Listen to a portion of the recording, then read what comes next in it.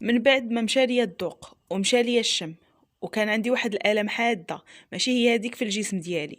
الا كانوا عندك هاد الاعراض ديري هاد المشروب وتفكريني. الا كان عندك الم في الحلق، الم في الراس، الم في الجسم كامل، الدوخه، الكحه، ضيق في التنفس، حتى بالنسبه للناس اللي عندهم المناعه ديالهم ضعيفه بزاف، ما عليك اختي غير بهاد الوصفه.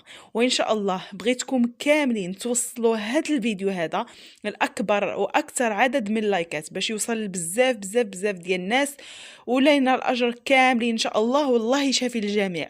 وكنقول لكم دابا خليوكم مع الفيديو كامل من الاول حتى الاخير هكا باش تشوفوا طريقه الاستعمال وطريقه التحضير. بسم الله على بركه الله. غادي نبداو الوصفه ديال اليوم. كيف ما غادي تلاحظوا معايا، اول مكون اللي غادي نحتاج في هذه الوصفه هذه اللي هي كيف ما كتلاحظوا اللويزه. فاللويزه غنيه عن التعريف. انا غادي نبحث ونعرف الاسماء ديالها الاخرى اللي في الدول العربيه او لا بالونغلي ولا بالفرنسي، وغادي نخليها لكم هنايا في صندوق الوصف او لا في الفيديو. غادي نكتب لكم الاسماء ديال هاد اللويزه هذه. حنايا بالنسبه لينا كنقولوا لها اللويزه، فهذا هو الشكل ديالها. فكتكون ميبسه كيف ما كتشوفوا، يعني كتكون يابسه ماشي طريه. فاللويزه زوينه بزاف، كنستعملوها حنايا، كنعطيوها للوليدات الصغار اللي ما كيبغيوش ينعسوا، اللي كتجيهم حمى. فهاد اللويزه هذه كتهدن الاعصاب وكتهدئهم ايضا. وفي هذه الوصفه هذه المفعول ديالها رائع رائع رائع. المفعول ديال هاد اللويزه هذه انها كتخلصنا من السعال، كتحيد لينا الالم اللي كيكون عندنا في الصدر ديالنا، ضيق في التنفس، كتعطينا جهاز المناعه، كتقويه لينا، كتحيد لينا الحمى، الحراره، يعني ارتفاع الناس اللي عندهم ارتفاع في درجه الحراره فكتهبط لهم الحراره ديالهم، وكتهدئ لينا النفس ديالنا، كتخلي يعني لا عندنا شي زكام، لا عندنا عطس، الم الراس، الم في الجسم كامل. فهاد الوصفه هذه او هاد اللويزه في هاد المشروب هذا فغادي تعطينا واحد النتيجه رائعه رائعه رائعه رائعه. ودابا كيف ما كتلاحظوا غادي نبداو الوصفه على بركه الله.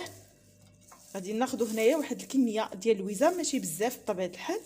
انا هنايا غير حطيت لكم هذه الكميه هذه، راه كنديروا غير كميه صغيره وكتعطينا نتيجه اللي هي مضاعفه. مباشره غادي ناخذ هنايا واحد الكاسرونه كيف ما كتلاحظوا، وغادي ناخذ هنايا واحد الكميه من اللويزه. كيف ما قلت لكم ما غاديش نديروا بزاف، غادي ناخذ غير واحد الكميه فقط على هذا القياس هذا. وغادي نضيف الماء، واحد الكميه تقريبا كاس كبير اولا كاس متوسط، نص كاس كبير اولا كاس متوسط كامل. دابا مباشره غادي ناخذ هاد اللويزه هادي وغادي نديرها فوق نار تكون متوسطه، ما تكونش مهيله وما تكونش مجهده حتى هي. بعد غادي نرجع لكم تتمه الوصفه. هنايا غادي ناخذ كيف ما كتلاحظوا غادي ناخذ هنايا الليمون اولا الحامض. فالليمون اولا الحامض كنحضروا معكم بزاف هاد الوصفات حيت نتيجته رائعه، وكيصفي لينا الدم ديالنا، كيصفي لينا الدم ديالنا من السموم. وكيف ما كنعرفوا ان الليمون فهو غني عن التعريف ونتيجته خطيره خطيره، نتيجته هائله للجسم ديالنا، غير الناس ما كيعرفوش الفوائد ديالو. ففيه واحد الماده اللي كيف ما قلت لكم كتحيد لينا السموم من الجسم. غير في الصباح الا فقنا ودرنا واحد الكاس ديال الماء دافي اولا ساخن واحد شويه، وكنديروا واحد نصف ليمونه هكا معصره في الماء وكنشربوها، فعنده فائده كبيره كبيره كبيره كبيره للجسم ديالنا. حتى الوجه ديالكم ما كيبقاش فيه يعني هكا نمش ولا كلف، وداكشي كيصفي لينا الوجه ديالنا وكيصفي لينا الدد ديالنا من الداخل. فالليمون عنده كيف ما قلت لكم فوائد زوينه زوينه زوينه للجسم ديالنا. كيف ما كنعرفوا دابا كيف ما قلت لكم عندنا هنايا الليمون الاخضر والليمون الاصفر. فاذا توفر عندكم هذا الليمون الاخضر كيف ما قلت كنقول لكم انه عنده واحد الجهد في الجسم ديالنا، كيساعدنا اكثر في هذه الوصفه، كيعطينا نتيجه اكثر. الا كان متوفر فديروه، الا ما كانش متوفر بطبيعه الحال غادي نستعملوا هذا الليمون الاصفر حتى هو نتيجته رائعه. صافي هنا كيف ما قلت لكم غادي ناخذوا هذا الليمون هذا اولا الحامض، غادي ناخذوا منه واحد النصف ليمونه.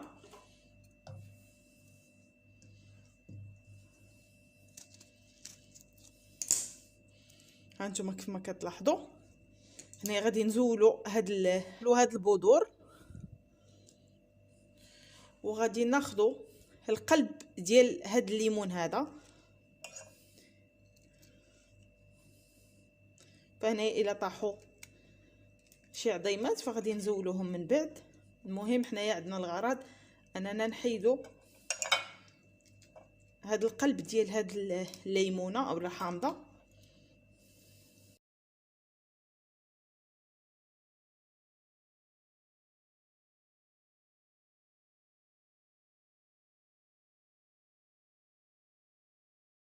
كما كتلاحظوا هنايا زولت ليها هذوك البذور ديالها.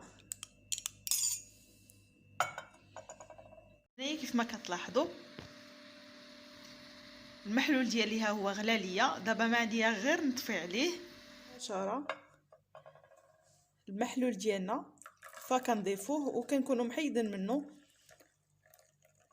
المكونات.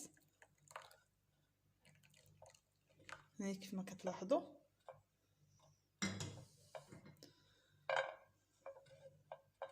راه مازال ساخن، ومباشره ملي كنضيفوه فوق هاد الحامض هذا، مباشره ملي كنضيفوه ضروري ما نضيفوا هاد المكونات اللي غادي نوريكم دابا. المكون اللي غادي نضيف اللي هو القرنفل اولا المسمار، فهو غني عن التعريف ومعروف بالنتيجه ديالو اللي غادي نحصلوا عليها بالنسبه للناس كيف ما قلت لكم اللي كيعانيو من الاعراض اللي ذكرت لكم، اعراض اللي كتجينا بكثره في هاد الوقيته هذه. فبزاف الناس كيعانيو من هاد المشاكل ديال السعال وديال الالم الصدر وضيق في التنفس وارتفاع درجه الحراره والالم اللي كتكون في الجسم ديالنا كامل. وهنايا بالنسبه للناس ايضا اللي عندهم جهاز المناعه ديالهم يعني ضعيف بزاف، فهاد الوصفه هذه كتقوي عفوا لهم جهاز المناعه وكتنقي ايضا الجسم ديالنا. صافي هنا كيف ما كتلاحظوا غادي نوضع هنايا القرنفل اولا المسمار. بطبيعه الحال ما غاديش نوضعوا على هذا الشكل هذا، يعني ما غاديش نوضعوه هو هكا ما مدقوقش اولا ما مطحونش. غادي نوضع واحد الكميه اللي يكون مطحون فيها. كتلاحظوا معايا القرنفل اولا المسمار هنايا عندي مطحون كيف ما كتشوفوا. غادي ناخذوا فقط راس ملعقه، ما غاديش نقويو، غادي ناخذوا راس ملعقه كنضيفوها هكا كنحركوا. هنايا كما قلت لكم المحلول ديالنا فهو سخون، ضروري هاد المكونات ما نضيفوهم والمحلول ديالنا سخون. المكون الثاني اللي غادي نوضع في هاد الوصفه هذه كيف ما كتلاحظوا اللي هي القرفه اولا الدارسين، فهي معروفه بالقرفه اولا الدارسين في الدول العربيه. هنا غادي نحتاجوا واحد الكميه من القرفه. هنايا بالنسبه للناس اللي عندهم هاد القرفه اعواد فيضيفوا منها تقريبا قد هكا. وكيف ما كنقول لكم المحلول يكون ساخن. وبالنسبه للناس اللي ما متوفرش عندهم هاد القرفه فغادي نوضعوا قرفه مدقوقه اولا مطحونه، غادي نوضعوا منها واحد الكميه. هنايا كنفضل هاد القرفه مطحونه حيت كتعطينا نتيجه احسن. وبالنسبه للقرفه فحتى هي كنوضعوا منها غير واحد الكميه اللي هي بسيطه اولا قليله فحال القرنفل، ما كنوضعوش كميه اللي هي كثيره. وكنخلطوا بطبيعه الحال هاد المكونات. كيف ما قلت لكم المحلول ديالنا خصو يكون ساخن باش نديروه. صافي كنخلطوا مزيان مباشره. هنايا انا غير حيت كنسجل الوصفه باش بقيت فيها هاد المده، يعني كنوريكم المكون وكنشرح لكم. اما نتوما تكونوا حاطين المكونات، يعني ملي كيسخن لكم داك المحلول، فكتكبوه مباشره وكتوضعوا المكونات وكتمشيو للمكان ديالكم اولا البلايصه ديالكم اللي كتنعسوا فيها اولا الفراش ديالكم ديال النوم. كتمشيو مباشره وكتاخذوا هذا المحلول هذا. بالنسبه لهذا المحلول كيفيه الاستعمال ديالو فهي جد سهله وبسيطه كيف ما كنقول لكم دائما، حيت المكونات اللي وضعنا في هذا الخليط مكونات طبيعيه، مكونات اللي كتخلصنا من المشاكل اللي كاينين في هذه الفتره هذه. ما نقولش لكم النتيجه اللي غادي تحصلوا عليها، غادي تحسوا ملي غادي تشربوه، يعني غادي تحسوا بالجسم ديالكم فيه واحد التعرق.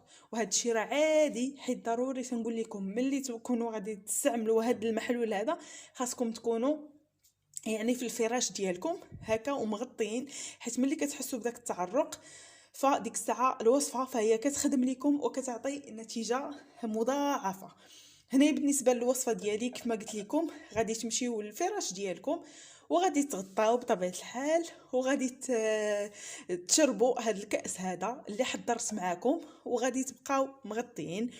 فما تنوضوش، حاولوا انكم تكونوا ساليتوا الشغل ديالكم كامل وفي الليل بطبيعه الحال. هذه الوصفه كنشربوها كنستعملوها في الليل، ما كنستعملوهاش بالنهار حيت ما كتعطيش نتيجه وما كتخدمش معنا. يعني كنستعملوها بالليل كنشربوها وكنتغطاو وندفاو مزيان وكنبقاو نتفرجوا اولا كنديروا شي حاجه. المهم ديك الساعه نتوما حتى يديكم نعاس على خاطركم. صافي، هذه هي الوصفه، هي جد سهله وبسيطه وكتعطينا نتائج رائعه كيف ما قلت لكم. فكتبدا المفعول ديالها من اليوم الاول حتى ل3 ايام كحد اقصى، وان شاء الله تنجح معكم وتستافدوا من هذا الفيديو. وكنتمنى انكم تبارطاجيوه باش كلشي يستافد. ديروا لي لايك باش هكا تعمل فائده على الجميع.